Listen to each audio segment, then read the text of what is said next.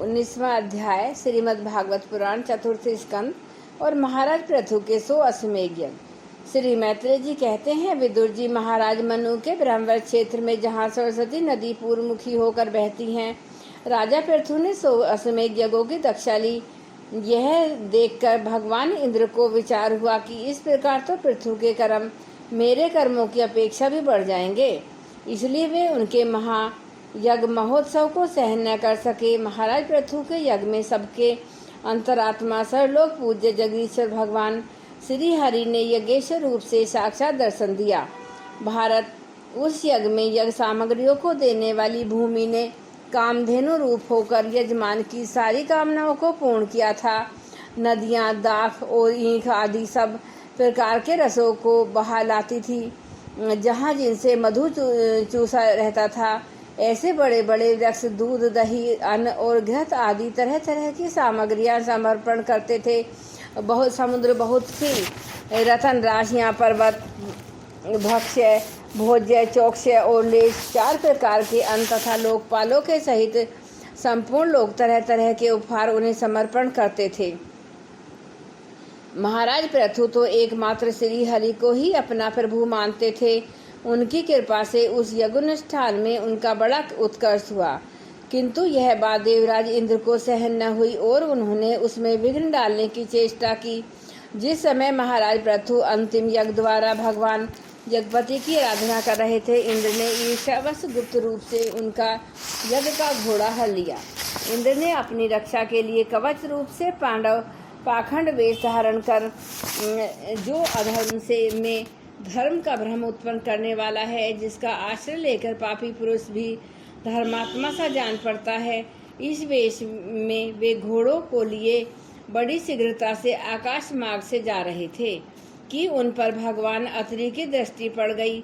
उनके कहने से महाराज पृथु का महारथी पुत्र इंद्र को मारने के लिए उनका पीछे दौड़ा और बड़े क्रोध से बोला, अरे खड़ा रहे, खड़ा रहे। इंद्र सिर पर जटाजूट और शरीर में भस्म धारण किए हुए थे। उनका ऐसा वेश देखकर पृथु कुमार ने उन्हें मूर्तिमान धर्म समझा, इसलिए उन पर बाण नहीं छोड़ा। जब वह इंद्र पर वार किए बिना ही लौट आया, तब महर्षि अत्रि ने पुनः उसे इंद्र को मारने के लिए आज्ञा दी। वत्स, इस देवता धाम इंद्र ने तुम्हारे यज्ञ में विघ्न डाला है, तुम इसे मार डालो। अत्रि मुनि के इस प्रकार उत्साहित करने पर पृथ्वी कुमार क्रोध में भर गया। इंद्र बड़ी तेजी से आकाश में जा रहे थे। उनके पीछे वह इस प्रकार दौड़ा जैसे रावण के पीछे जटायु। स्वर्गपति इंद्र उसे पीछे आते देख उस वेश और घोड़े को छोड़कर वहीं अंतर्ध्यान हो गए और वह वीर अपना यज्ञ पशु लेकर पिता की यज्ञशाला में लौट आया। शक्तिशाली विदुर जी इस अद्भुत पराक्रम को देखकर महर्षियों ने उसका नाम विजिताक्ष रखा। यज्ञ पशु को चाल और यूप में बांध दिया। शक्तिशाली इंद्र ने घोर अंधकार फैला दिया और उसी में छिपकर वे फिर उस घोड़े को उसकी सोने की जंजीर समेत ले गए। अत्रि मुनि ने फिर उन्हें आकाश में तेजी से आते दिखा दिया, किंतु उनके पास कपाल और खटवाग देखकर पृथु पुत्र ने उनके मार्ग में कोई बाधा न डाली। तब अत्रि ने राजकुमार को फिर उकसाया। यज्ञ पशु को चशाल और यूप में बांध दिया गया था। शक्तिशाली इंद्र ने घोर अंधकार फैला दिया और उसी में छिपकर वे फिर उस घोड़े को उसकी सोने की जंजीर समेत ले गए। अत्रि मुनि ने फिर उन्हें आकाश में तेजी से आते दिखा दिया, किंतु उनके पास कपाल और खटवाग देखकर पृथु पुत्र ने उनमें मार्ग में कोई बाधा न डाली। तब अत्रि ने राजकुमार को फिर उकसाया और उसमें गुस्से में भरकर इंद्र को लक्ष्य बनाकर अपना बाण चढ़ाया। यह देखते ही देवराज उस वेश और घोड़ों को छोड़कर वहीं अंतर्धान हो गए। विजात शत्रु अपना घोड़ा लेकर पिता की यज्ञशाला में लौट आया। तब से इंद्र के इस निंदित वेश को मंदबुद्धि पुरुषों ने ग्रहण कर लिया। इंद्र ने अश्वहरण की इच्छा से जो जो रूप धारण किए थे, वे पाप के खंड होने के कारण पाखंड कहलाए। यहाँ खंड शब्द चिन्ह का वाचक है। इस प्रकार पृथु के यज्ञ का विध्वंस करने के लिए यज्ञ पशु को चुराते समय इंद्र ने जिन्हें कई बार ग्रहण करके त्यागा था, उन नग्न, रक्तांबर तथा कापलिक आदि पाखंड रूपपूर्ण आचारों में मनुष्यों की बुद्धि प्राय मोहित हो जाती है, क्योंकि ये नास्तिक मत देखने में सुंदर हैं, बड़ी बड़ी युक्तियों से अपने पक्ष का समर्थन करते हैं। वास्तव में ये उपधर्म मात्र हैं। लोग भ्रमवश धर्म मानकर इनमें आसक्त हो जाते हैं। इंद्र की इस कुचाल का पता लगने पर परम पराक्रमी महाराज पृथु का बड़ा क्रोध हुआ। उन्होंने अपना धनुष उठाकर उस पर बाण चढ़ाया। उस समय क्रोधावेश के कारण उनकी ओर देखा नहीं जाता था। जब ऋतुवजों ने देखा कि अब ऐसे है पराक्रमी महाराज पृथु इंद्र का वध करने को तैयार है, तब उन्होंने रोकते हुए कहा, राजन, आप तो बड़े बुद्धिमान हैं।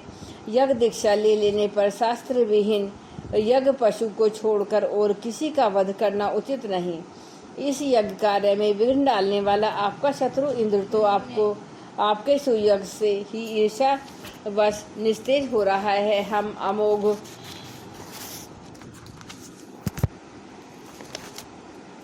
आहवान मंत्रों द्वारा उसे यहीं बुला लेते हैं और बलात्कार से अग्नि में हवन किए देते हैं। विदुर जी यजमान से इस प्रकार सलाह करके उसके याचकों ने क्रोधपूर्वक इंद्र का आह्वान किया।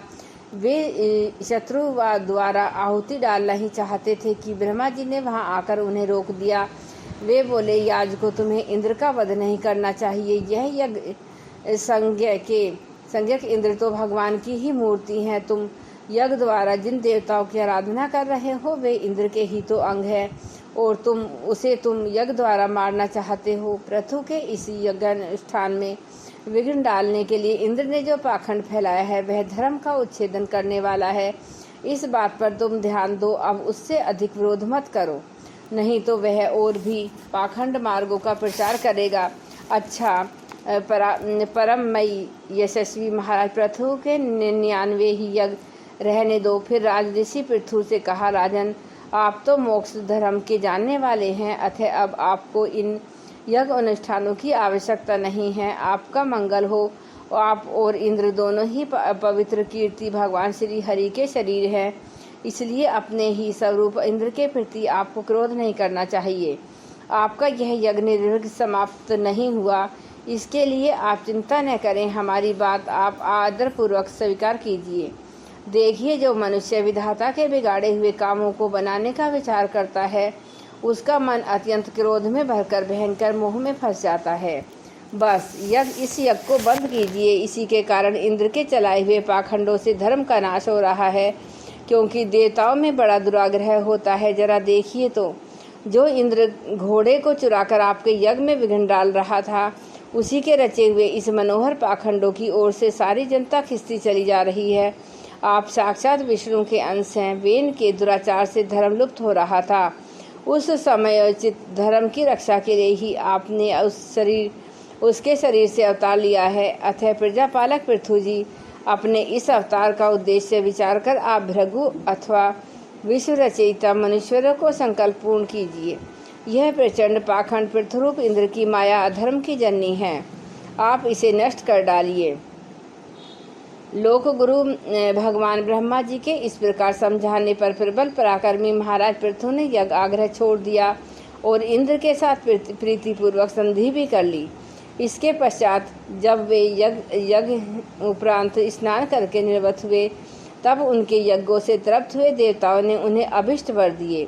आदिराज पृथु ने अत्यंत श्रद्धापूर्वक ब्राह्मणों को दीक्षाएं दी तथा ब्राह्मणों ने उनके सत्कार से संतुष्ट होकर उन्हें अमोघ आशीर्वाद दिए।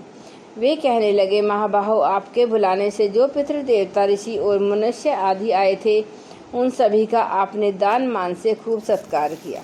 जय गुरुदेव, जय गायत्री। अच्छा, मतलब इंद्र जी पहले लड़ने आए।